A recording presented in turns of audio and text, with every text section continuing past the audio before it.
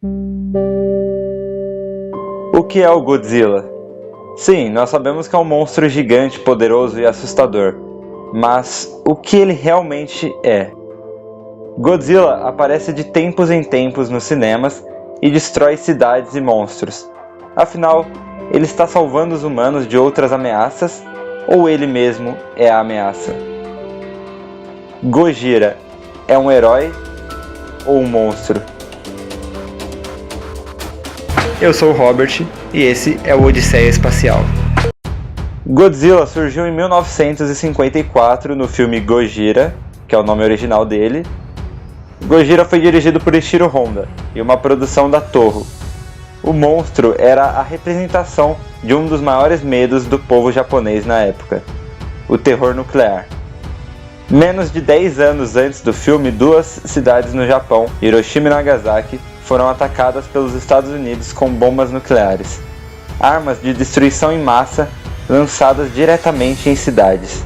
Esse é até hoje um dos piores crimes da humanidade e o filme de Ishiro Honda veio para sintetizá-lo, começando pelo design de Gojira.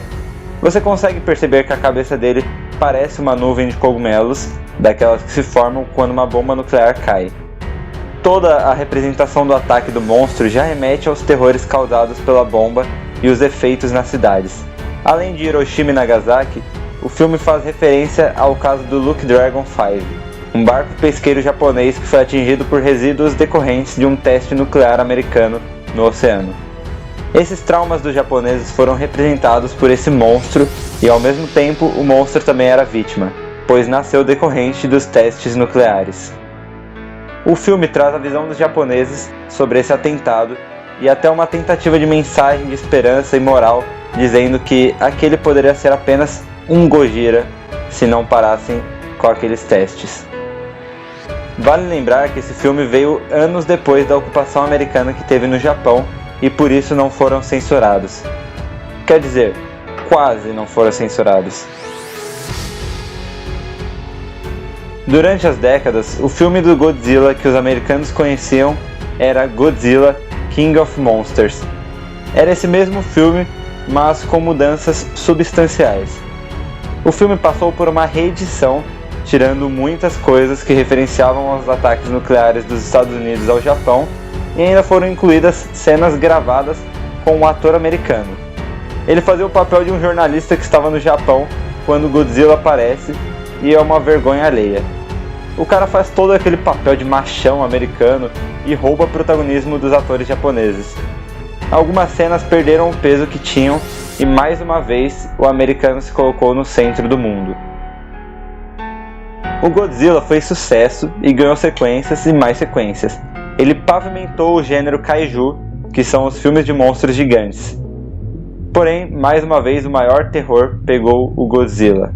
Não era o Gamera, nem o Ghidorah, eram os Estados Unidos. Ali pelos anos 80 decidiram dar vida a um Godzilla hollywoodiano. Foram anos de preparação até alguém realmente assumir o projeto do filme. E essa furada foi dada nas mãos de Roland Emmerich, o diretor dos filmes de desastres. Não que os filmes dele fossem um desastre, é porque ele faz filmes sobre desastres, tipo Independence Day, O Dia Depois de Amanhã e 2012. Tá, esse último realmente é um desastre. Para tornar esse Godzilla o mais americano possível, o colocaram em Nova York e transformaram em um T-Rex bombado. Só faltou ele comer bacon e usar uma arma. Nem vale a pena se aprofundar nesse filme porque ele não tem nada para se aprofundar. Ele é só um produto genérico e uma tentativa de surfar a onda de Jurassic Park no quesito monstro gigante atacando. Esse é um dos filmes mais odiados pelos fãs de Godzilla de todos os tempos, chegando ao ponto de alguns fãs nem chamarem essa criatura de Godzilla. Em 2014 tivemos outra adaptação americana do Godzilla e esse acertou mais. Nessa nova versão, o monstrão se parece mais com o original, porém mais colossal e ainda em computação gráfica. O Godzilla de 2014 traz consigo uma crítica ao desequilíbrio ambiental causado pelas ações humanas e cita um pouco os incidentes nucleares. Ele coloca o Godzilla na figura de um herói, na verdade um anti-herói, e ele vem para acabar com os kaijus do mal e trazer o equilíbrio para a Terra. A premissa desse Godzilla é pensar mais no Godzilla como franquia para mais filmes e menos no subtexto. As produções do Godzilla passaram por algumas eras. Teve a primeira, a Era Showa, teve a Era Heisei e depois a Era Millennium. Mas recentemente a torre iniciou uma nova era e ela conta com projetos separados do Godzilla, ao invés de um universo cinematográfico. O filme dessa era veio em 2016 e voltou à origem do Godzilla aterrorizante.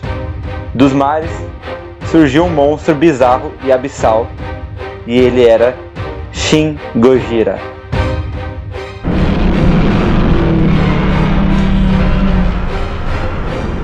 Shin Godzilla traz o Godzilla mais monstruoso desde o Gojira de 1954. Desde a aparência até os poderes dele, que em um estágio conta com o sangue fervente que queima o que toca.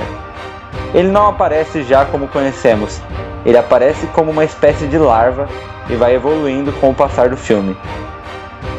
Esse Godzilla é a representação da evolução da natureza, uma evolução um pouco macabra e totalmente natural. Ele evolui e a humanidade não pode pará-lo. Alguns anos atrás, o Japão passou por uma tragédia que foi um terremoto e uma tsunami que causaram o vazamento de uma usina nuclear em Fukushima. Foi um acidente terrível que causa danos até hoje. O Japão sofreu pressão de outros países para conter logo o acidente, para que não trouxesse mais problemas. Em Shin Godzilla, a mesma coisa acontece quando o monstro aparece e outros países até mesmo ameaçam o Japão de bombas nucleares caírem para parar o monstro. O Shin Godzilla é uma manifestação da natureza e da evolução que despreza os fracos como nós. Mas é bom lembrar que o Shin Godzilla só ataca depois de ser atacado. Ele não tem intenções maléficas. Em um estágio final da evolução, o Shin Godzilla começa a criar vida. Sim, a primeira coisa a aparecer dele foi a cauda, e por ela, ele começa a gestar vida. Ele faz isso porque ele é a evolução, mas também porque, de certa forma, o Shin Godzilla é um deus. Ele é uma manifestação maior, um ser diferente e totalmente poderoso que subjuga a humanidade quando foi afrontado. Ele infere o castigo de um deus. Ele nos castiga e até é acompanhado com um coro religioso quando ataca literalmente, transformando a Terra no inferno. Ele cria vida. Ele muta. Godzilla é o filho da bomba atômica. Ele é um pesadelo criado na escuridão da alma humana. Ele é a besta sagrada do apocalipse. Apesar de ser uma representação dos medos do Japão, o Gojira se tornou também um grande símbolo e um clássico entretenimento. Várias vezes, os Estados Unidos tentaram domar a fera que é o Gojira, mas ele ainda é japonês. Ele é uma figura mais complexa do que um monstrão gigante ou que um super-herói. Monstros são seres trágicos. Eles nascem muito altos, muito fortes, muito pesados. Eles não são maus por escolha. Essa é a sua tragédia.